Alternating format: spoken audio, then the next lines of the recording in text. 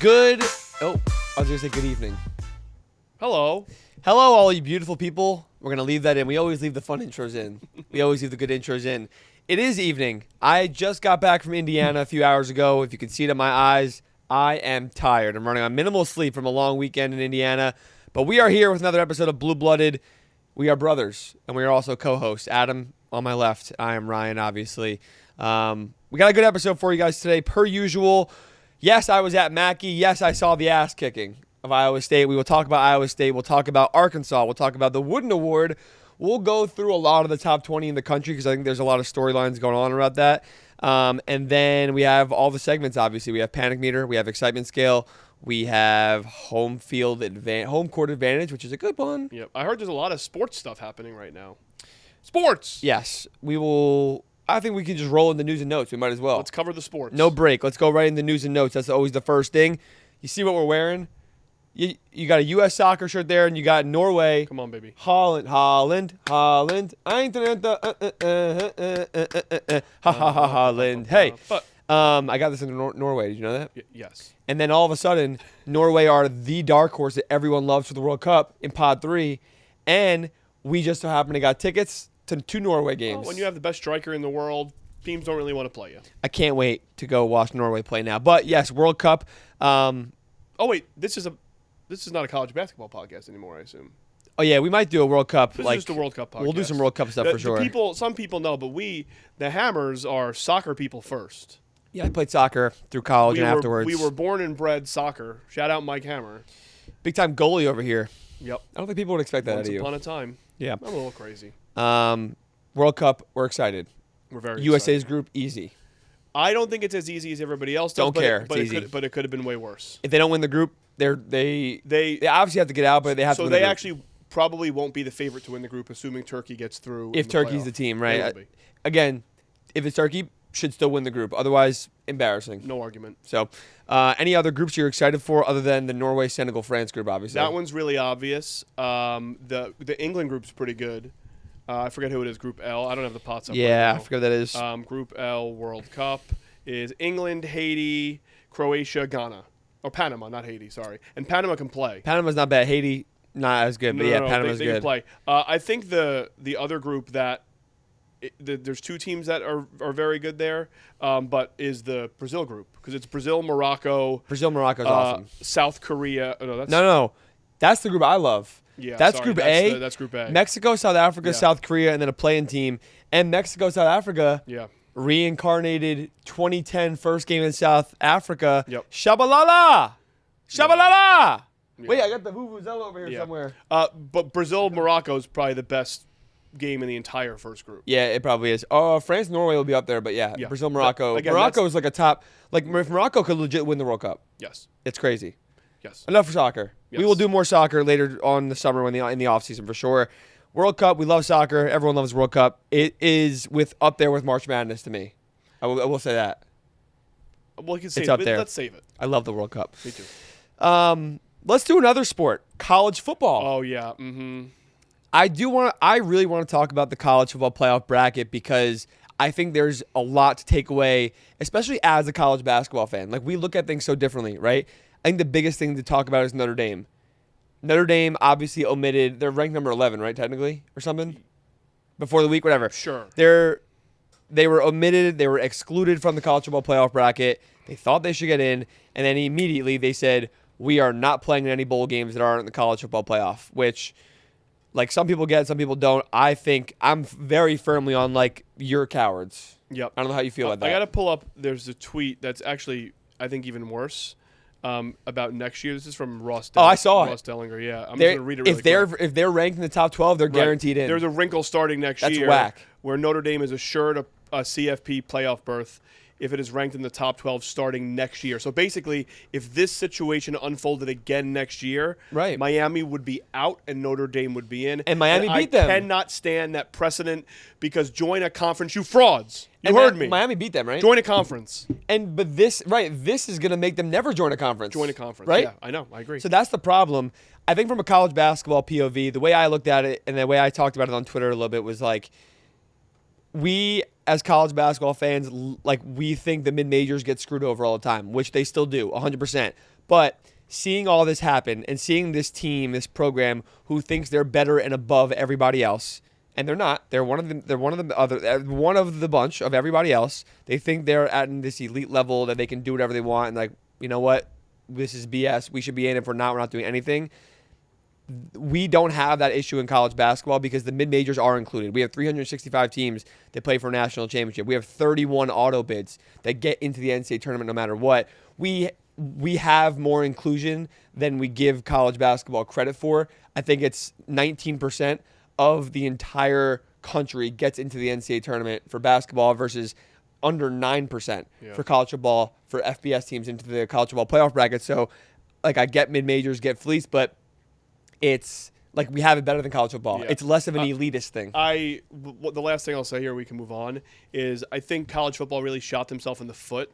One of the beauties of college basketball is Selection Sunday. Everybody could talk about what they think is going to happen, but you don't know until it happens. The problem with college football and the playoff thing is just on Tuesday, like 6 days ago, Notre Dame was ranked ahead of Miami. Right. Neither of them played this weekend. Oh, because Miami wasn't in the AAC championship. Neither of them played this weekend. And then all of a sudden they flipped. That's so, like, BS. Why don't you just have a Selection Sunday? People ask for consistency more than anything. Yeah. Right. So, like, should Notre Dame have been in? Probably. But in the grand scheme of things, it's kind of irrelevant. But they did it to themselves because they 6 days ago said Notre Dame's ranked higher. Right. And then all of a sudden they weren't. Playing a conference. So, yes, but just, like, do a Selection Sunday. Yeah, and I do agree. I also do want to add, actually, people have compared it to, like, Ohio State and Texas and some teams in the past have declined playing in the NIT when they get kicked out of the NCAA tournament. 100%. I don't like when teams do that, but the NIT is different. The NIT means less to basketball than the bowl games do to football. I personally think that the bowl games are stupid, and I think majority of people do, except for like real sicko college football fans. Yeah, but that is college football. Right, but that's my point. And with the college football playoff bracket, you are basically devaluing the bowl games even more so that aren't in the CFP bracket. Do you know which bowl they turned down, by the way? Was it Pop-Tarts? It was the Pop-Tart Bowl. How can you turn that down? That's what I'm saying. No, but really, that goes back to the inclusion thing, the 19% versus 9%. College football needs the bowl games to be good, and the fact that they're having this program that's on this pedestal and thinks they're on this pedestal, say we're not doing that, that is really bad for the sport. Yep. Join a conference. Well, we have to join probably the Big Ten, right? Well, there are other sports are in the ACC. Yeah, but they're not going to join the ACC. We know that. Well, and they're in Indiana, right? You said it before. Is it Indiana or Illinois? South Bend, Indiana. Indiana. You said it. Because of the contract, the MOU they have signed for next year, so dumb. They have absolutely no reason to join a conference in football.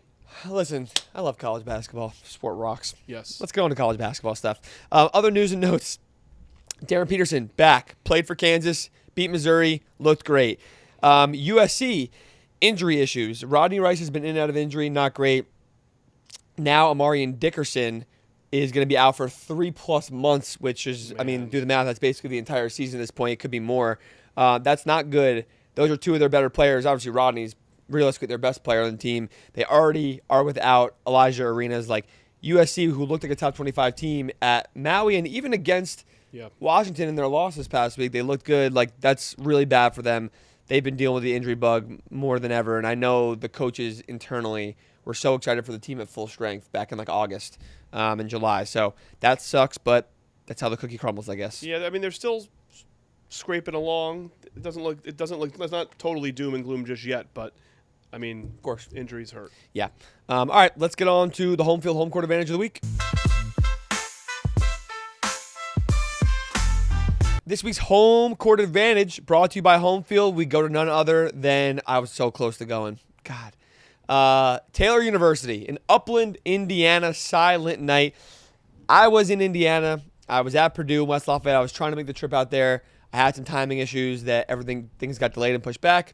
It happens. I couldn't get out there. But if you don't know Silent Night, I suggest you search on social media Taylor U Silent Night. This small D2 Catholic school, I think there are like 1,500 students total or something like that. The last game before finals and winter break, last home game, they packed this gym. All the students wear crazy costumes.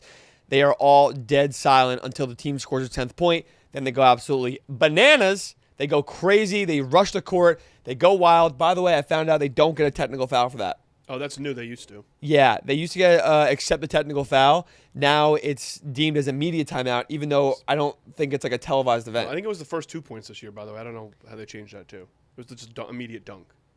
What? Oh, yeah. It was 2-0 when that happened. What? No, it wasn't the 10th point. That's wrong.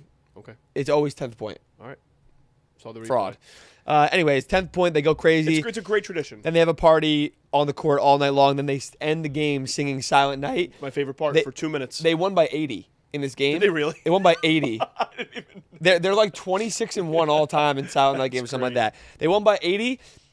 All you hear is screeching of the floor and like Silent Night. That's my favorite part about the beginning of the game is like you hear just ball screeching. Everything. It's like bubble basketball. It's straight great. hoops. It's really cool. They won by 80. It's a really cool. I did not know that. Really cool So tradition. cool. Did you also know that during all the timeouts for the game, the media timeouts and otherwise, all the fans put on skits in their group? Oh, that's like, what that is during timeouts. Yes, right. So like there was like a group of pickles playing pickleball for 20 seconds. Amazing. And then a group of bananas did this, and that's what they do. A few years ago, they had the Last Supper in the front row. Yeah, it's great. And so they literally just went out and they just posed in like the Last Supper it's painting. Genius. It's a really cool tradition. I'm So sad cool. that you weren't able to go, but I know you will at some point. Eventually. Be there. I legitimately think that it's debatably the best tradition in college basketball and college sports. There's nothing like that. Zero. It might be the most different. Yeah, it's the most electric probably. Yeah. That's a good way to put it. Shout out Taylor U. Shout out the Trojans and Upland, Indiana. We love it. Okay, I do want to mention a new jersey in the house. Behind me, very fitting. Wow, how timely this one is. The timing it is. We got an Iowa State Cyclones jersey behind me. Shout out to the Iowa State staff. Shout out to Ryan. Shout out to TJ, obviously, and everybody. I got it when I was in Mackey, in the building of Mackey before the game. Maybe that was the bad omen. I probably shouldn't have shared that. Do you know who number 55 on Iowa State is? Right now? Audi Crooks. Oh, no way! Yeah, this is not her jersey for the record. She sure is. It's an older jersey, She not sure hers. is, dude. Dude. Yeah, she's a dog, Let's dude. go! We got an Audi Crooks jersey in the house. She's a baller.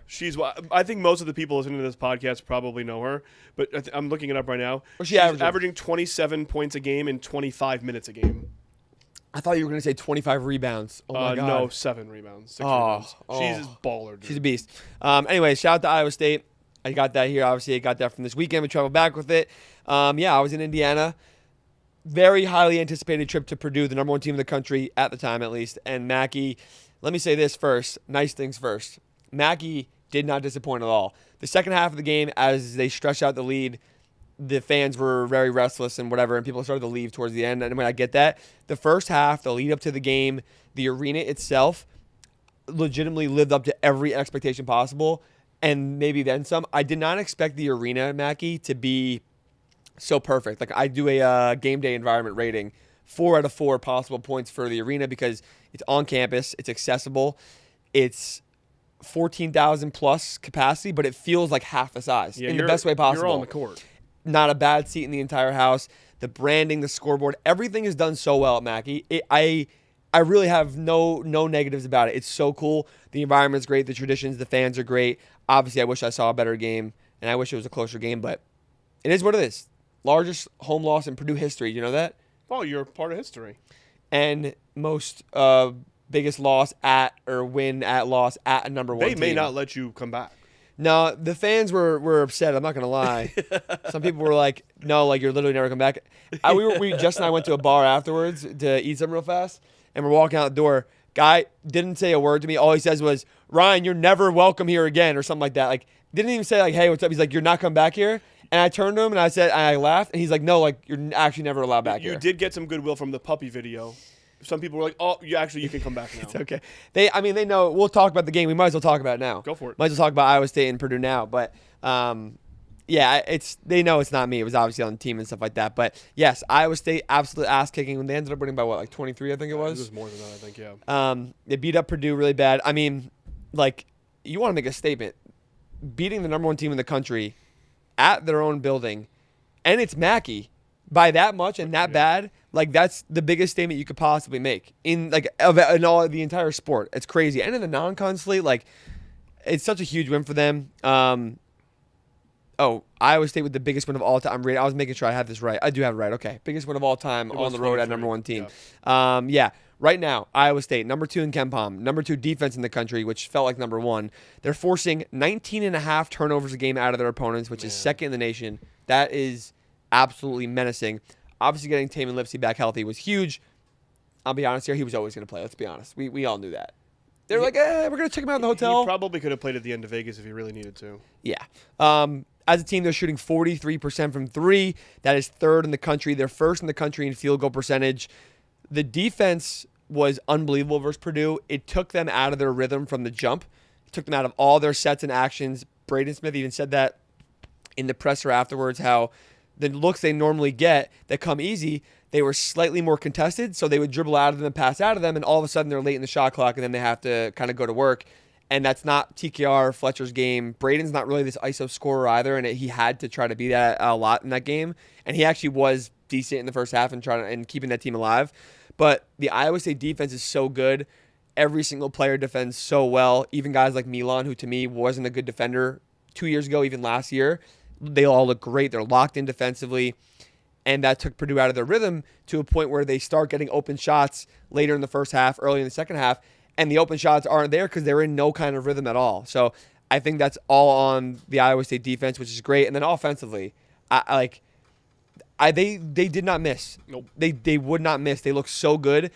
Their shot makers are unbelievable. Between like Taman, who didn't really shoot a lot in this game, Milan, I mean, dude, we were texting during the game, right? Like, I mean, what's left to say about him at this point? Milan, I think Milan Momcilovic is the best shooter in the country. He's shooting 54% from 3 on 7 attempts a game. And some of the shots he's taken, it's on 7 attempts a game. It's crazy. And like he'll shoot from the parking lot. Yeah, he doesn't care. TJ wanted him to be like the Curtis Jones of this team, and he really is.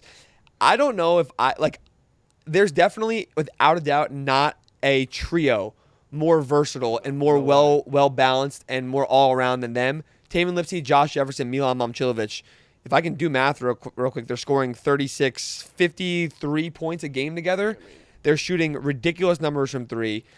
Josh is like this Swiss Army knife. He's great on both ends of the floor. He's a forward you can play make through. Taman is the classic, experienced college smaller point guard that's a menace defensively. He's so quick, so good offensively. And then Milan is the wing shooter and scorer. Like, they're so balanced. I love them. That's my rant for the most part about Iowa State. We've talked about them for 3 straight weeks now, and there's not much more to say. Like, they are a bona fide national title contender at this point. I was gonna ask, like, well, obviously, can they win the national championship? Duh. Yes, they can. No, because and people ask, like, oh, like, someone on my Twitter DM messages or replies like, who's gonna step up and be the guy? Milan. It doesn't matter. It's the 3 of them. The answer is Milan. Like, I get the idea of that. If they're too balanced, who gets the ball? They're too balanced because they're all playing too well. I did some research. Do you know any teams that have had 3 All-Americans on their team since 2000? Because let's agree to this, right? If the season ended today, all three of them are All-Americans, right? Josh definitely is. Well, you mean like on the first 3 teams? First 3 teams, yes. They're all 3 of them would be All-Americans, first, second, or third team, whatever. Probably Josh first, Taman and Milan third. Whatever. My gut goes to 2012 Kentucky. So only 2 teams have done it. Okay. It is 2002 Duke, Jay Williams, Mike Dunleavy, and Carlos Boozer. Mm-hmm. And then 2021 Gonzaga, Jalen Suggs, Corey Kispert, Drew Gonzaga Timme. would have been my other guess. Which somehow, yeah, that's fair. Somehow Corey Kispert was the first team All-American out of those 3. That's not. Well, we've talked about that on this podcast before. It makes no sense. Funny how that happened. But I don't know how the season's going to go. Obviously, as of now, all 3 of them would be first team All-Americans. They would be the 3rd time since 2000, or maybe even before that. I didn't go back past 2000. But I do want to give love to the next 5 guys they play in the rotation because you can't win with 3 dudes. Killian Torrey, freshman guard, he's unbelievable. Taman being out for a few games helped him flourish and get so comfortable so quickly. He's great. You would think he's 25 years old when he's playing. He's fantastic. Yeah. Great defender. He was giving Braden hell. And he could move, dude. Yeah. Blake Buchanan, Nate Heisey are the glue guys. They've been playing great ball. We said that in Vegas. And Dom Nelson also back healthy with Taman Lipsey. Lanky, wing, loved him. He was really good in the first half against Purdue. Blake Buchanan was great. Fantastic defense. TKR had 4 points. Yeah, it was a problem. They were taking them out of looks. Trey talked about that in the presser also, how like they were doubling in the post on entry balls. They knew that would happen, and I don't know if they were like slow getting the ball out or they didn't game plan that enough, but they did not pass out of that quickly enough Blake at all. Buchanan had 12, 9, and 2 blocks against the best, maybe one of the best front courts. Florida's really good too in the country. And last year, Iowa State was great. When I went to Ames last year, they were number 2 in the country. Yep. They just did the slam cover. They had just dominated Kansas. I got to witness that myself. It was awesome. That felt like, oh my God. It felt like this. Like they're the best team. Maybe they're the best team in the country. That's kind of what we're doing right now. Might be. This team is more impressive than that team because I have more confidence in the balance on both sides of the ball. Where like last year, even with Curtis and Keyshawn, it was very, very often on Curtis to get them going offensively, and Milan wasn't this demon that he was now, and Taman wasn't this good offensively either last year. This year, I don't have a concern at all that they'll be fine offensively, even when someone has an off night or something like that. Also, last year they hit an injury bug, right? Guys started getting hurt.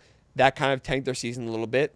They ended up being a 3 seed and lost in the round of 32. So, if this team stays healthy, why can't they win the national championship? Yep. This is more your cup of tea than mine. When is Milan going to find his way into the draft board? It's now. It's absolutely now. Come on. We happen to know his agent very well, by the way. You didn't know that, Jared? I didn't know that. You had no idea. I did not know that. Oh, well, now you know. Now I know. That's really our guy. Oh, his job should be easy now. I'm going to give him shit after this then. I saw people talking about it this weekend. Milan is an NBA guy, so what are we doing here? It's crazy. How much money does the Duncan Robinsons of the world get paid so easily by being a shooter? And being at Iowa State is making him such a good defender. Yeah. I will say the one thing that's really taken a step for him offensively, when he comes off down screens, he comes around the arc usually. He's been so smart pushing on push dribbles, getting the ball into the lane. He had one that I forget when it was. I think he was going that way, so his second half. He came around. I think a stagger screen actually. He kind of went to shoot half pump because someone stepped up, and he just pushed into the middle, hit a floater, bounced around and one. And those are the types of plays that feel offensively that he's not just a shooter. Yeah. He's very, very good. He's so easy to put in an NBA lineup, and he's 6'9". Look, again, not my cup of tea, not my streets.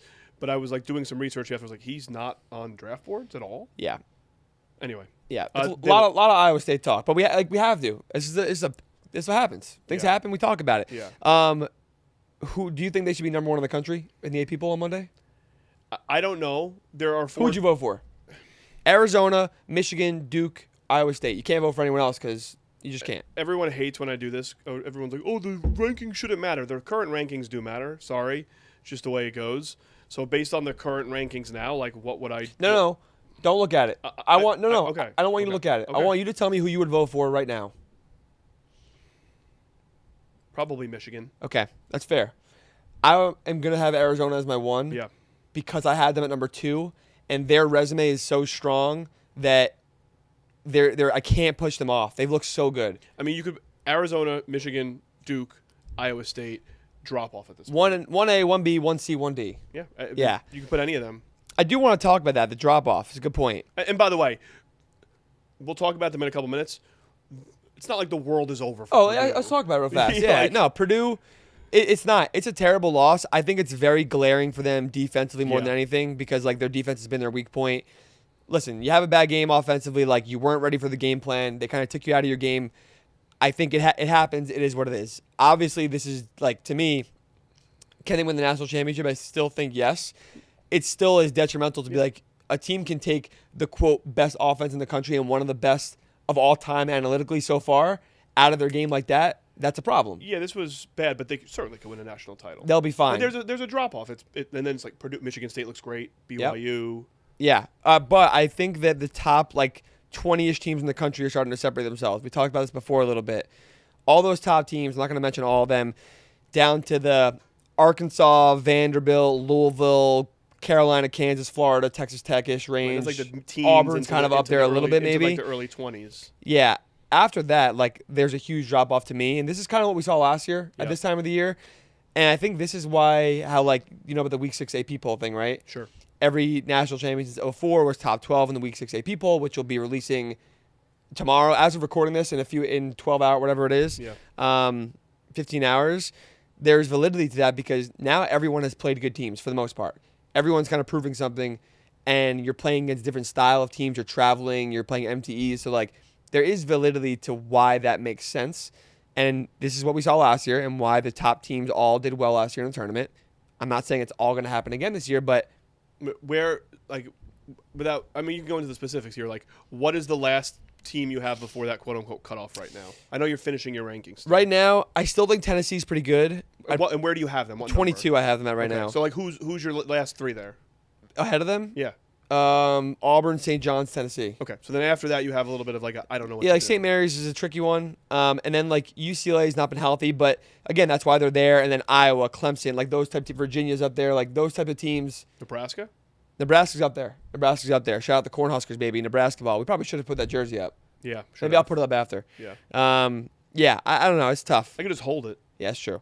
But yeah, I don't know. It's tough. I still think that in a month we will look at the top 10 to 12 teams and be like, oh yeah, there's a huge drop off after them. As these, like we said, the top four, as they do win more and more and more, they'll continue to stretch it out. But you could see like UConn, Louisville, Michigan State, Houston, BYU. Like you can see it there. Yeah, it's true. You can see it eye there. test also. You're saying, yeah, exactly. Right. It's a good point. So I don't know. Real fast on. We talked about Arizona also and BYU and etc. The Big 12. This is exactly what I was so adamant about this before the season about like, hey, the top six between Arizona, Houston, BYU, Iowa State, Texas Tech, Kansas. Those six is the best top six of any league in the entire country by a landslide. That has been my one preseason take that has stuck hard, and those six teams have been very good. Texas Tech is still getting there a little bit, and they're on the back end of that. The drop off's a little bit steeper than I think you anticipated, but you are like it's the best. Yeah.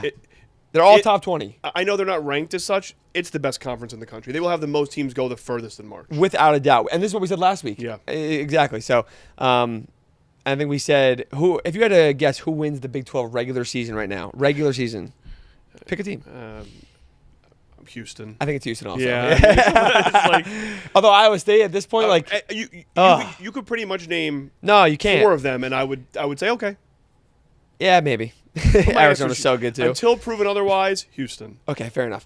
Okay, yeah, that's fair. All right, let's talk about another team. I do want to talk about Arkansas. The Razorbacks, the Hogs of Arkansas. Ready? Woo, pig! Suey! Suey! Yeah, like that one? That was good, that was right? good. A little Arkansas Ronaldo type of thing. You know I liked Arkansas before the year. I like them. They're frisky. I said they were going to be volatile and frisky and all over the place a little bit, but I'm optimistic. And I'm still optimistic with them. Let me pull up. I want to pull up where they are in KenPom right now. Where are they? Number 27. in KenPom. They started the year at 29. They dropped down to like 40. Yeah. They've been all over the place. So they're 7-2 right now. All over the place. Exactly. They're 7-2. They lost a tight one at the Breslin Center, the second game of the year in Michigan State, which they actually looked very good in. And then they lost on a neutral site against Duke. And then they just beat Louisville. It was by 9. Yeah. They beat Louisville pretty handily. They were up by close to 20, I think, at one point in that game. My takeaway from watching the Louisville game is pretty simple. One, on paper, there's probably not a better team in the country, talent-wise, player for player. I don't think you're going to... We're talking about Louisville. I'm talking about Arkansas. I'm talking about Arkansas. Okay. No. I don't think that you could go player for player for many teams. Yeah. Maybe you can count them on one hand, probably. Acuff, Malik, right, Wagner, Brazil. They got dudes. Yeah. They got dudes. Exactly. Malik Thomas and Darius Acuff. Last game against Louisville, I think it was 35 and 9. Oh, sorry, they're averaging 35 and 9 assists a game. That's crazy. To me, I watched them, and I just see the classic John Calipari Kentucky guard that we have loved in the 2010s. When De'Aaron Fox and Malik Monk played together, we haven't had those moments yet, obviously, but this duo has that type of potential. They're so good. They're both so talented. They're both going to be, to me, they'll both be first round picks for sure. If not, one of them will be lottery. And then beyond them, the depth of different style athletes and just shot makers and some role players that you have. Trevor Brazile has been there. He's usually awesome for them. Last year was much more inconsistent. He's been much more consistent this year. I love Billy Richmond. Absolute psycho on the court. But you kind of need someone like that, especially in the SEC. Carter Knox, Malik Ewan, You mentioned DJ Wagner also. I almost forgot about. Like, they have so much. DJ Wagner. They have so much talent and athleticism and strength and power and guys who can create everything they need for themselves and take over a game. And then you have Darius and Malik, who are two of the best freshmen in the country, playing in the backcourt together.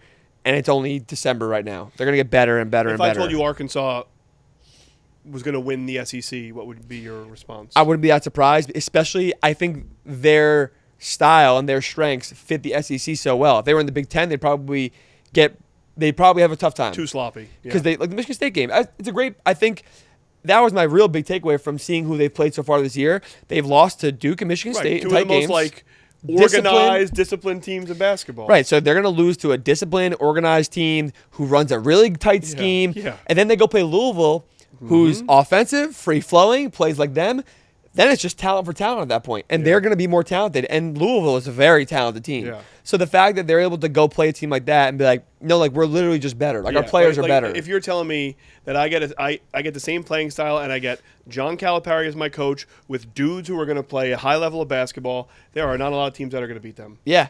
They're 18th in the country right now in adjusted net rating. KenPom, I think, still incorporates some other like preseason stuff or whatever. In just this season alone, just using this season's data, they're 18th in the country in adjusted net rating, and I still don't think that's high enough. Like, I think I have them at 13. I just know their ceiling is so high, right? Like, their ceiling is high. They could probably put it in the NCAA tournament lens, right? Because that's what we always look at. Can they win the SEC? Absolutely. They go to the NCAA tournament, just like every Coach Calipari team we've seen in the last 10 years. They could lose first round to a team like Yale would be a problem for them. Right, because of the style. Yale would be a problem, but if they play like a High Point, like that's great. They're gonna fry in that game. Yeah. No shade to High Point at all. Yeah. Luckily, we get to see some more good ball. They play Texas Tech. Yeah. On this weekend, who I actually think is a very good balance of like tough shot makers, a little free flowing, but also good scheme with Grant McCaslin. Yeah. Then they get to play Houston on the 20th, which is awesome. Then they get into SEC play. So man, those are. By the way, Houston is a nightmare for the stylistically against Arkansas. It's not great, but like the Michigan State and Duke games, look good, don't lose bad, and that's all that matters. They almost beat Michigan State. Excuse me. Yeah, that was a really good game. So I don't know. They could be a round of 64 exit. They could be a Final Four team or Elite Eight. We'll see them on the excitement meter in a little bit. Oh yeah, we will. Let's go to some player stuff, shall we? Shall we? Or you wanted me to do the mid-major stuff. I don't know if I told you about that yet. You didn't, but I saw it. Let me do that first. Let's focus on teams. I was just like watching a lot of paying attention to a lot of mid-major ball, and I was like, man, some of these teams get pushed under the radar way, way too far. So I was like, you know what? This is what I have a podcast for. This is voice. I like to think that you are more of a voice for the mid-majors than a lot of the other folks doing what you do. Even though the show is called Blue Blooded.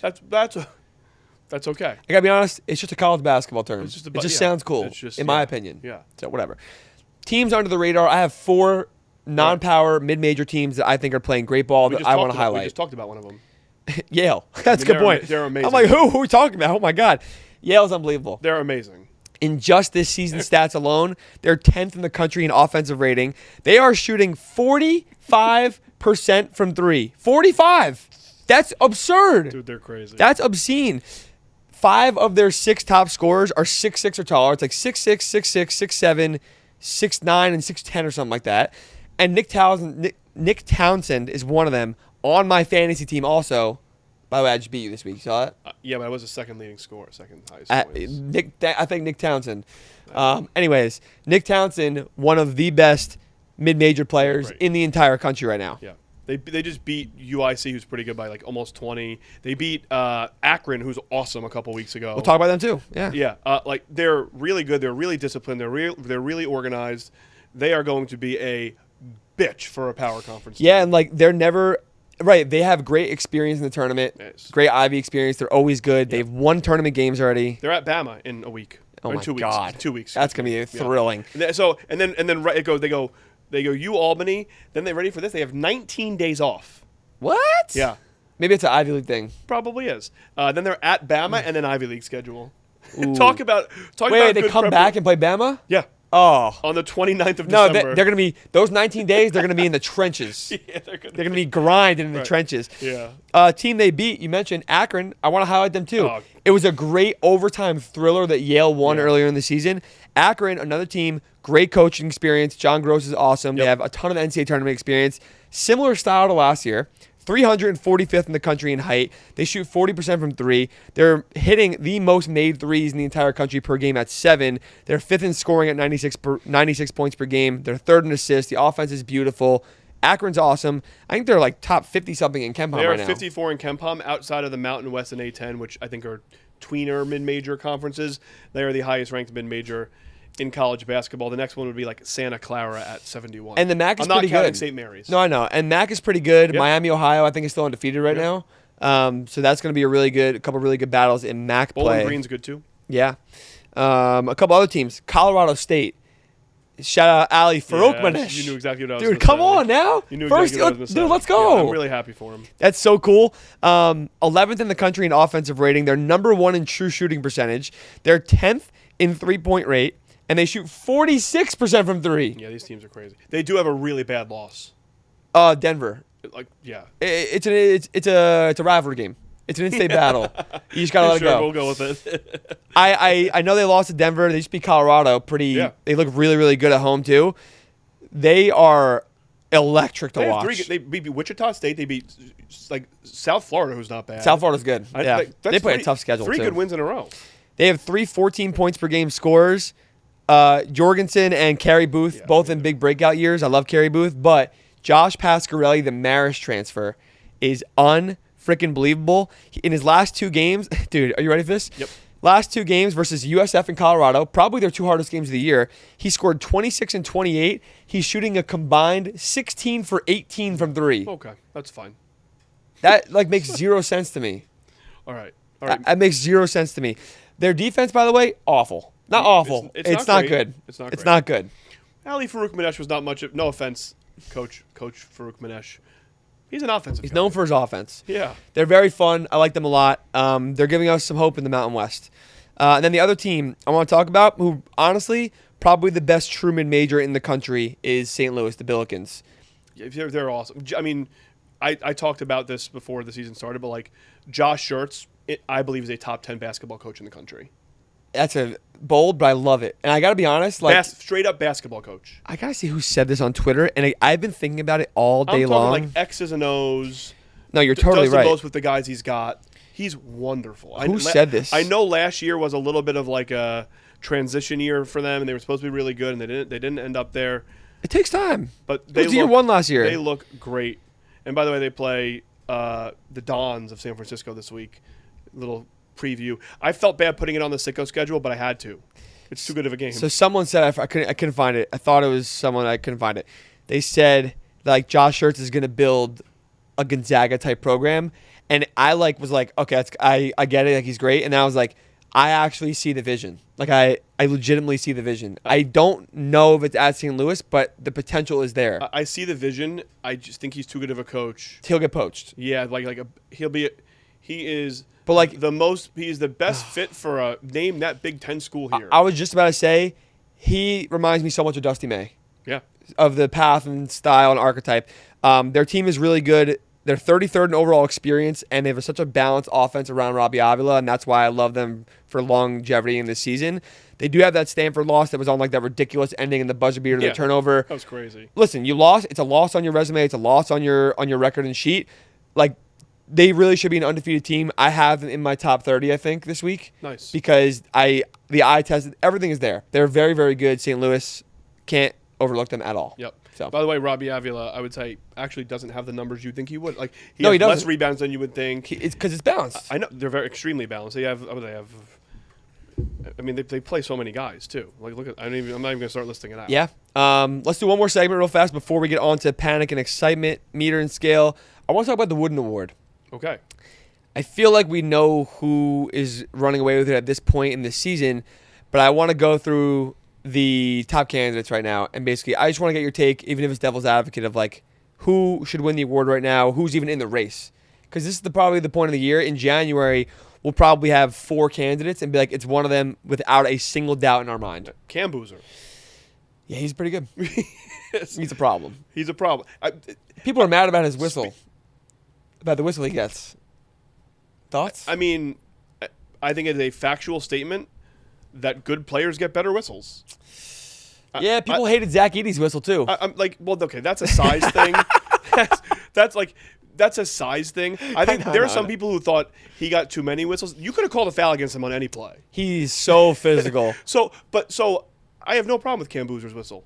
You earned the whistle. Yeah, he's so polished. He's so good. He's so smart on the ball. He's a good defender. He's a great playmaker. This is another NBA draft one. Like I saw him at 5 and 6. What are you talking about? That was some Field of 68 BS. No, there was more. It wasn't them. It was somebody else. It's all clickbait. Well, what is that? He's number 1 or 2, so maybe. Dumb. Whatever. Really, really stupid. The season ends today. Cam Boozer wins National Player of the Year without a doubt. Not even a question. Who else is in the race right now, would you say? Anyone in your mind that you're like, if he's within reaching distance? Because right now, like, Braden Smith to me is not within striking distance of Cam Boozer. Braden Smith is in the group of like, it's like Braden, Graham Ike, JT Toppin, I think LeBaron Philon's in there. Maybe. Yaxel, but they're like, his statistical production it's because of the is team. not there. It's because of the team. I understand that. Josh, did you say Josh Jefferson? No, but I was about to say he's the one guy as of right now. If the season ended, he'd be my number 2 vote and be like, he's the only guy that I think has a conversation. Yeah. Again, he won't win because Taman's so good and Milan are so good. Where if Josh had to score 22 a game and 6, like, then sure. But I think Josh, Braden, Graham Ike, JT Toppin, LeBaron Philon, I think AJ DeBanza and Caleb Wilson are there. But again, especially on the BYU side, more balanced offense, so they won't win, but they could be All-Americans. Yaxel, I mean, shit, even Colin Boswell is almost I up there. feel very confident that Duke's winning the ACC, and he's probably going to score 20 a game. I would not be surprised if we were sitting here in March being like, this wasn't a close race. It's kind of like the Cooper Flag thing, although he had Janai Broom. It was just Cooper and Janai all year long. And, like, there's no one – this is literally the Cooper Flag, Janai Broom award race, but there's no Janai Broom. It's just Cooper Flag. It's just Cooper Flag, so it's just Cam Boozer. Like, Duke's schedule, by the way, they play Texas Tech on the 20th. Wait, that's not Duke. It is Duke. They play Texas Tech on the 20th, and then they have ACC play. That's it. Yep. And they have Lipscomb, sorry. So shout out Lipscomb. Yeah. Shout out the Bison. Right. But they have Texas Tech and then ACC play. And by the way, their ACC schedule, they do have Louisville early. Oh, they play Michigan. Oh, that's in the middle of the year though. February 21st. Like, listen to their first 7 ACC games. They do have Louisville in there. But the other ones are Georgia Tech, Florida State, SMU, Cal, Stanford, Wake. So stupid. The ACC sucks. It's not good. Actually, wait. That was very premature of me. Yeah, UNC's good. Syracuse looks good. I love Virginia. Yeah, Syracuse looks good. Va Tech's got a chance. NC State, but they don't play any of them in the beginning. NC State hasn't looked good. Miami's been decent. Clemson's been decent. I didn't name any of those teams just now. Yeah, that's crazy. Right, and then at that point, they're firing on all cylinders. He's going to have 25 points a game. Yeah, that's a problem. Yeah, Cam's going to win the award. That's crazy. Good for him, though. I don't really care. I mean, do you have any other takes on winning an award? Did you name everyone? I named... I can't think of anybody else like off the top of my head. I said Kyle Boswell at the end. He won't win it, obviously, but like Illinois is good. He could be an All-American. That's about it. Yeah. Who else? The question is, who else has the ceiling of pushing Cam right now? Banza. Like, I don't know if he does. Richie and Rob. Well, yeah, because you mean because the other guys are around. Like JT Toppin has the ceiling because there's no one else. Because he's already scoring 20 and putting up 20 and 10. Caleb Wilson, same deal. Right, and like Josh, if Iowa State is going to be this good all year, then he can win it. Same for Yaxel. But he's not even there. Like, dude, it's Milan right now. No, that's not true. It's from a scoring. It's all 3 of them. I know that's the thing. We definitely. Whatever. I think when like push comes to shove, right now it is Cam Boozer's award to lose. I feel very safe saying. Yeah, 100%. It's not even. Yeah. Would you take if I gave you an offer even odds the field or Cam Boozer? Cam Boozer. What if it was Cam minus 400 or the field plus 3? Cam Boozer's going to win the award. Okay, so it's Cam Boozer. He's probably going to win the award. Fair enough. All right, everyone's favorite segment of the week. We got the panic meter and the excitement scale. Excitement scale, I called it, right? Yep. Last week. People liked it, by the way. They said, scale of excitement. They said, you know what? At Purdue, by the way, it was truly an honor. I've never been like recognized more in my life than at Purdue. It was wild. Well, I will also say, but Purdue loves you and Iowa State loves you. So like those are all your people. I might go back to Ames in February. Those are all your people. That would be a problem. I'm gonna eat so many clone cones if I go back. Your people in one place. People said the excitement scale. They said I love the positivity app. They love both of it, but the thing is, we can't put every team on it every week. So we apologize. I am also going to say this for the sake of when this becomes a short clip. Right now, it is December 7th. No, I talked to Evan, our editor. We're going to get on this ASAP. Bear in mind, when you are listening to this, It is December 7th right now. We're listening to the podcast. It's a great point, yes, actually. We are on a podcast. It is Sunday, December 7th. I can keep saying it over and over again. So if there's games that happen past this point this week and it gets posted after, bear in mind. Ryan, what day is it? December 7th. December 7th. I already forgot for a second. It's December 7th. All right, let's do this. Ready? Let's start with panic meter. Okay. That's always what we start with. Ah! Let's talk about. That was good. Do it again. Thanks. Ah! Let's do it at the same time. Ready? 1, 2, 3. Ah! Clip that, Evan. Yeah. Let's start with Kentucky. I mean, I'll read you what happened. Okay. They lost. Twice. So they're 5-4. They have losses to Louisville, Michigan State, North Carolina, and Gonzaga. It doesn't sound bad like that, right? Nope. They got mollywopped in basically every single one, except for the Carolina game. It wasn't that bad. Mollywopped. Gonzaga game, they lost by 35. It could have been 95. This looked like the downfall of Kentucky right now. They were booing Mark Pope and the team. I have never, almost in my lifetime, seen Kentucky look like this. I don't know if I ever can remember that, even when they've missed a tournament in years. Yeah. They're on track to miss a tournament right now. It's a 10 out of 10 panic. Sure. It's a 10 out of 10 because this is Kentucky. They spent over $20 million on this roster. The goal for them is to win the national championship, and they have zero chance to do that. Yeah. And they're not even in the NCAA tournament field right now. I was going to say 9 only because they still have Indiana and St. John's left, but you are Don't care. You are Don't right. care. You are right. By the way, we talk a lot on this podcast about like the fan base is loud. There's no louder fan base than BBN. I don't really feel bad for them, but like no. I'm not saying that. I know. I know. Like they will turn on a head coach like that. Yeah, Mark Pope is one of their guys. He is a Kentucky legend. He's not. This is a problem for him. I know. The seat's gonna get hot. They got to turn it around fast because it's Kentucky. You're at a 9. Sure. I'm at a 10. I did this in Michigan. I said 9, 9.5. There's no way they do it. Like it's very evident that there's a clear lack of effort with Kentucky. The players don't care as much. They are all waiting for the next guy to do something and step up when it should be anybody, but no one is doing it. Tego Away hasn't taken over any games at all. I know they have some injury issues. Jaden Quaintance is not saving this team. Away's not saving this team. Away's per game stats are down in every category. Yeah, across the board. It makes no sense. Nope. It makes no sense at all. He was the preseason SEC favorite to win Player of the Year.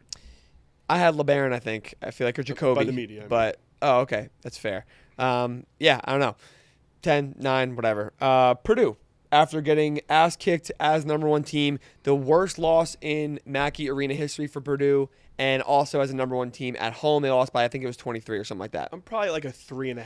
It's not a 0 because there were some glaring things that went wrong, but at the end of the day, I like them to bounce back and be very consistent in the Big Ten. I'm at a 5. Okay. Because the years that Purdue, in the last few years, even last year when they weren't amazing, but they were very good, they have never been exposed like this. Other than like FDU. And but other than St. Peter's, FDU, and tournament games, which I'm talking about early in the season when we can like react to it and like see how we can project the rest of the year. I don't remember them getting exposed this bad. I could be wrong, but if I forgot one, but I don't remember it looking this bad. Being in there in person, maybe that's why I was a little taken back by it. Oh, it was as bad on TV, Ryan. Okay, I'm just making sure. My biggest concern is that they were able to take away TKR like that because Braden did everything he could in the first half to keep him alive. He had some passes. This guy is disgusting. But he's not this ISO scorer, and they needed him to be that. And he literally, I saw him look around at one point, beginning of the second half. They went down by like 15. He literally went like this and looked around, and like he didn't know who to look at and what to do. I felt for him. I felt it. The stats don't always matter. Their leading point scorer this year is Fletcher Lawyer. Like 15 or something like that.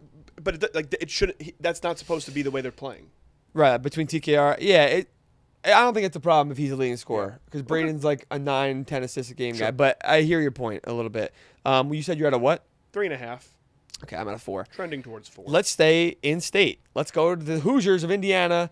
They got a football championship, but it cost them. You were there. It cost them. Yeah, I was at the football championship. So, somebody texted me that day being like, oh, my God, is this a bad omen that Louisville's beating them? I was like, this might be a good omen for them.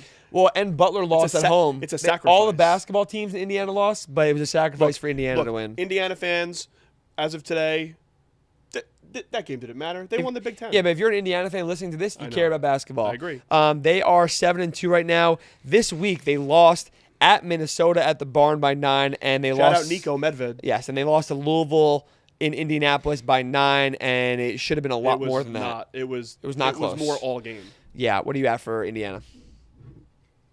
A 5 or a 6. Yeah, I was gonna say 6.5. No, I'll say 6 because. Actually, I'll dial it back. I'm going to go 5. Okay. I think that they'll put together enough wins in Big Ten play to get into the tournament. I think it's a big new group. I still think that they're a good team. Like, when they play Marquette, they put 100 on them. I know Marquette has been good, but they're still Marquette. Right. Kansas State, they kicked the shit out of them too. I still believe that Indiana is going to be a tournament team this year. It still wasn't a good week, so I'll go at 5. That Kentucky game, one of those teams' season is over. I think you might be overblowing. As an at-large team? Dude, they got to be Penn State first. But you can't say as an at-large team when they have the SEC and the Big Ten schedule ahead of them. You're right. Yeah, we've seen time and time again. If you don't get big wins in the non-con slate, you will not be rewarded for it on Selection Sunday. I think one of them is going to be in more trouble than the other. I don't think either season is over. If Kentucky loses, they're in bigger shit. I think. Yes, for sure. Because I for sure agree with that. Okay, that's fair. How about Tennessee Volunteers? It has not been a good week and a half for them. Their last 3 games, they're 7-3. Last 3 games, they have lost to Kansas, Syracuse, and Illinois, and they did not look very good in the Illinois game at all. My concern is so offensive. Nate Ament has been very hot and cold. He's very raw. I still think he's a good player. People are talking a lot of shit on him. I just think he's young. There's a lot of upside with him. His skill set is better suited as an NBA wing and let an NBA development system figure it out. But besides, they've had a Chaz Lanier and even some other guys and Zakai Ziegler. They had a Dalton Connect. Jacoby Gillespie's awesome, and that's our guy. He cannot do this alone. He's not them, yeah. He cannot do this alone. They are on a 3-game losing streak, and they're playing Louisville this week. It's crazy, by the way, that you felt one way coming off that Houston win. I thought they were a top 10 team in the country. They looked it. I was like, wow, offensively they can shoot the ball this well and score this well. They looked apart, and you know that Rick Barnes' team is the 12th defense in KenPom. They're always going to defend really well. Right, and that's fine. And the offense has always been their issue with their ceiling in the NCAA tournament. And if the offense is like this, the ceiling gets lowered to maybe Sweet 16 at best. They play Louisville in a week and a half, and they have Texas and some. I'm probably at this is a really tough one. I'm probably because they're gonna especially at home they're gonna win SEC games and be like, oh yeah, Tennessee won another home a good game against Arkansas, against whoever. I'm probably at a 5. That's a cop out. I'm at a 5 too, and that's a cop out because I think they're gonna be a 4 seed in the tournament, and you'll be like, oh, there's Tennessee again, not taking them to my Final Four. That's exactly what it's gonna be. I know it is. Every year I look at Tennessee and go, wow, who am I gonna pick to beat them, and when is it gonna that's how I look at them. But that's the truth of it. I know. That's the truth. I know. That's the truth of it. But they'll be fine in conference. They're gonna beat some teams by a lot. They're gonna lose games they should. It's just how they go. Yeah, I guess so. I gotta find the other team's team sheet because they're so far down now. Oh no. Ole Miss. Oh no. 5-4 right now. Oh my God, talk about a losing streak. They are on a 4-game losing streak. They have beaten Memphis and then nobody else good. They have lost to Iowa, Utah, Miami, and St. John's in a row. I am at a 10 for Ole Miss. Yeah, I like 10. They're gonna miss the NCAA tournament. Yep. This is really, really bad. The Utah loss is very, very glaring. Yep. I don't like giving you your flowers a lot, but did I say this? You said what you said about Chris Beard. Yeah. What did I say about him? I just think you were questioning whether or not he's got the chops. No, I don't. I think he's a good basketball coach. You see what he said, by the way, to their team? I did not. Oh, it was him and AJ Storr in a presser. Oh, I did see Great that. duo, first of all. This is going to go real well. I did see that. He corrected me. He was like, well, I'll just play different guys. Yeah, AJ was like smiling, AJ. Yeah. He was like, I don't know. AJ Storr on his 8th school in 8 years. I know. Impressive. I know. Not good for Ole Miss. That's the panic meter. Let's go to some positive stuff. How about that? Yeah, please. I just mentioned them.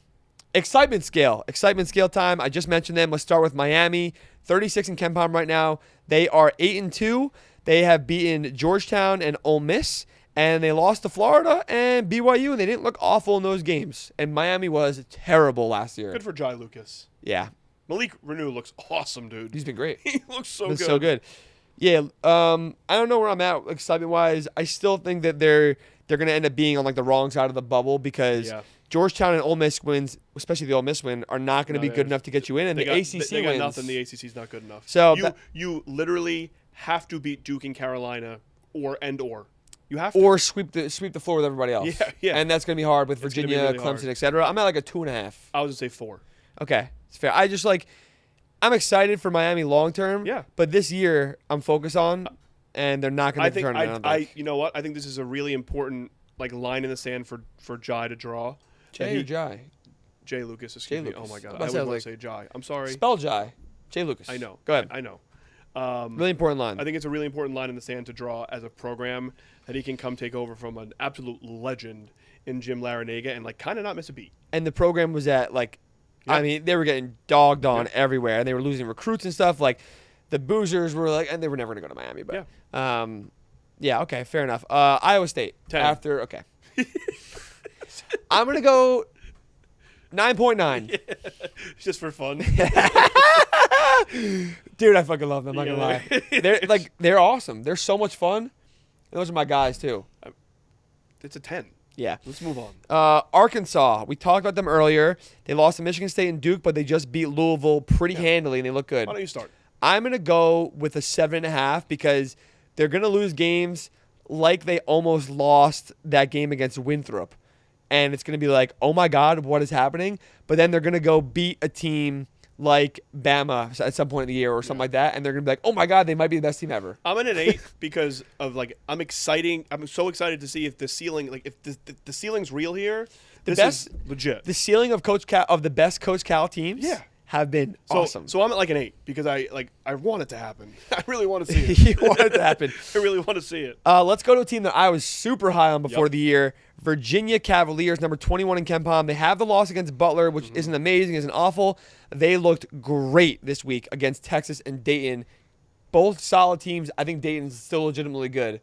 They beat that game finished as a 13-point game. They were up 20. Virginia looks very good. Tez DeRitter and Johan Grunlo look awesome. Jakari White shot 9 for 9 from 3 in their last game. But they're another one who they have a little bit more of a resume, like Northwestern and Texas and Dayton, and I think they were supposed to be better. They're going to be a tournament team for sure. No, they'll be a tournament team for sure. 6.5. I'm going to go 8 because the only reason why I'm so happy and so excited for them is because I was before the year. So I'm more just internally I'm happy to see it come to fruition because I was worried after the Butler loss. Yeah. I was worried after the Butler loss. They can very easily be the second best team in the ACC. Second best? Yeah, why not? Yeah, they can. Ooh. Carolina's great, but no, but they'll if they play them twice, they'll probably split. So let's do one more. Friend of the program, Nebraska ball. Currently on the nation's longest active winning streak, 13 games dating back to last year. Because of how they didn't play the postseason tournament or whatever. Nebraska, dude. They're 9-0. They just beat the shit out of Creighton. They just beat the shit out of them. The most in-state rivalry of in-state rivalries you're going to get. It's so cool. Yeah. So cool. Where are you at with Nebraska? Because I don't really know how to feel about Nebraska. Neither do I. The resume is funky. It's Oklahoma, New Mexico, Kansas State, Creighton. None of these teams are going to be tournament teams, most likely. New Mexico could come out of the Mountain West. Probably not Creighton. The Big East. No, they are not coming out. The Big East doesn't look good. Dog, Creighton? Are you kidding me? They're 5-4. The only team they've beaten is Oregon. They're not going to be in tournament. I just really like this Nebraska team. 8. Okay, so you're at 8? Yeah. I'm at a 4. No. Because I know. Actually, no, I'm at a 4. I'm at a 4 because don't change your answer. They haven't played great teams. It's not a 0. It's not a 1. Not a 2. Not a 3. I'm excited for them. There are going to be a few Big Ten games this year where you're like, oh, they're actually okay. Pump the brakes a little bit. I mean, here you go. Ready? Do you want me to just say it? What? It's Nebraska. This happens every.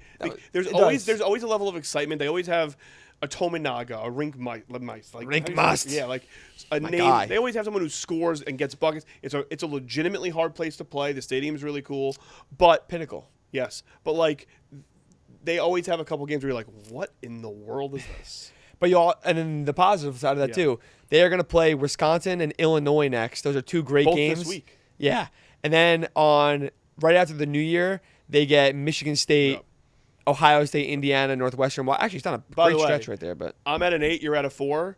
come back in a week, it's going to be on one of those sides for sure. Well, it'll be a 10 or a 0. Or a 6 right in the middle. No, it could be. If they split or they look good. If they split Wisconsin at home and at Illinois, that's a win for them. Yeah. All right, that's excitement scale. Let's do schedule fast, then we'll do Q&A and we're out of here. Your homework for the week, you're welcome. Are we the teachers or are we doing, we're like the, what do you call them, the tutors? We do your homework for you. We're like the professor and one. Fair enough. All right, I got you. On the main slate, Tuesday night at the Jimmy V Classic, I will be there. Very excited. You got Clemson, BYU, and you have UConn against Florida. Hello, the last 2 national champions. And then you got Illinois at Ohio State on Tuesday night. Wednesday, Iowa State. Yes. All I gotta say is yes. Yeah. Iowa, that'll be a fun one. It's in Ames, I think, too. Okay. Saturday is going to be a busy one. Texas Tech versus Arkansas. Oklahoma State versus Oklahoma. Oklahoma State has looked very good, by the way. GW versus Florida. I put that on there because I think GW is good and can give them a game. Memphis at Louisville. Murray State at Akron. I got to take it off the sicko schedule. Oh, you had that on sicko? It's too good of a game. It's so good. It's a light week on the sicko schedule. It is. So anyway, everywhere going. It is light week. Anyway, keep going. Murray State at Akron is an elite game. Utah State versus Illinois State. Kansas at NC State and Raleigh. IU at Kentucky. OSU West Virginia. Is that the border war they call it or something like that? Yeah. Border war. OSU West Virginia. UCLA Gonzaga. And then Sunday you got St. Mary's and Boise State. Sicko. Sicko me, baby. Only 6 this week. It's a really light week, especially during the week. But McNeese is at URI on Tuesday to kick it off. Wednesday, there's 2 fun ones. Western Kentucky, who we saw in person last year. Western Kentucky at Marshall. And Colgate at the St. Bonnie's. Bonnie's been good. Who continue to look really good. And then over the weekend, I got 3 for you. I got North Dakota State at Drake. The big one is University of San Francisco at SLU at St. Louis University. Ooh. That is a 2 top 10 or 2 top 100, KenPom teams. That is the best game of the week on the schedule. And then Ryan, we have a sicko schedule ESPN2 game on Sunday. ESPN2? ESPN2 at 3:00 on Sunday. Yeah, no fantasy football playoffs. Troy at UAB. Oh yeah, fantasy football playoffs can kick rocks. Yeah, dude, that's a legitimately good basketball game. I'm so happy. ESPN2. I'm so happy. Dude, this is the first time for sicko, right? I'm pretty sure, yeah. That's pretty cool. And I did have Murray State Akron, but it's too good to be on there. I agree. Yeah. All right, let's do Q&A and then let's let the people go do work and do homework. Cool. I got 3 for you, Ryan. Actually, we haven't talked about any of these, which is great. Number 1 comes from Landon Peel, I believe it is. This is a fill in the blank. We haven't had one of these yet. Ooh. Bruce 7. Okay. I don't know. Bruce Thornton is a top blank point guard in the country. You might have been real close with that one. I'll probably dial it back a little bit. Yeah. I'll probably go to, without thinking about who they are, generally speaking, I'd probably say, top 15. Okay. Because I got to be honest, the point guard play has been excellent in the country. Good. It's really good this year. The freshmen are so good. Here's a question. You take Jeremy Fears or Bruce Thornton? It depends on the team. But answer the question. In a vacuum, Jeremy Fears. Yeah, I don't know. That's probably where I don't really know the answer. It depends on the team. He shot over 10 the other day. You know I love Bruce Thornton, and he is a bucket, dude. Yeah. I'll say 15. Okay. Who would you take out of those 2?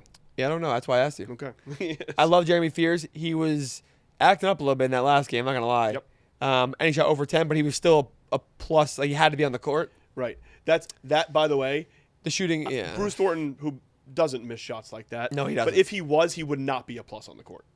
Right. But he doesn't miss shots like that. No, that's the difference between them. But Jeremy Fears, better passer, better defender. Yep. I'll go Fears. Yep. Okay. Question number 2 comes from Andrew Vines. I'm summarizing this from him. Sure. 3-bit A10, Ryan? Was it like a whole paragraph you summarized? Just took a couple things out. It's like a whole paragraph. You go, 3-bit A10? Talk A10 to me. 3-bit A10. Let me just think out loud. The teams who can get at-larges as of right now, VCU would have to VCU can. They'd have to pretty much clean through the A10. St. Louis is up there. Dayton or George Washington. It's going to be a 2-bit A10, I think. 3 is tough. The Dayton loss to Virginia by a lot doesn't help. And you know that all these teams are going to beat each other between them and St. Bonaventure, Richmond, Rhode Island, George Mason has been really good. They're going to beat each other up enough too much. It's going to be where close. A point you might get a 1-bit A10 like last year though. Same thing. We had 1 or 2 last year. That would be a shame because the A10 is really good this year. Yeah, I hope we get. I think 2 is the right number. I don't think 3 is going to happen. We hope it's 3. I wish it was. 0. No, I'm just kidding. No, oh my. It's always 0. I know 0. That's why I said that. I know. I want to do more. All right. This last one is less of a question, but we had a bunch of people in the inbox. So I just want some quick pulse checks from you on 2 teams. Give me like a quick elevator pitch on where they're at. Elevator pitch. Let's move on here. Auburn and St. John's. Hey, Sharks.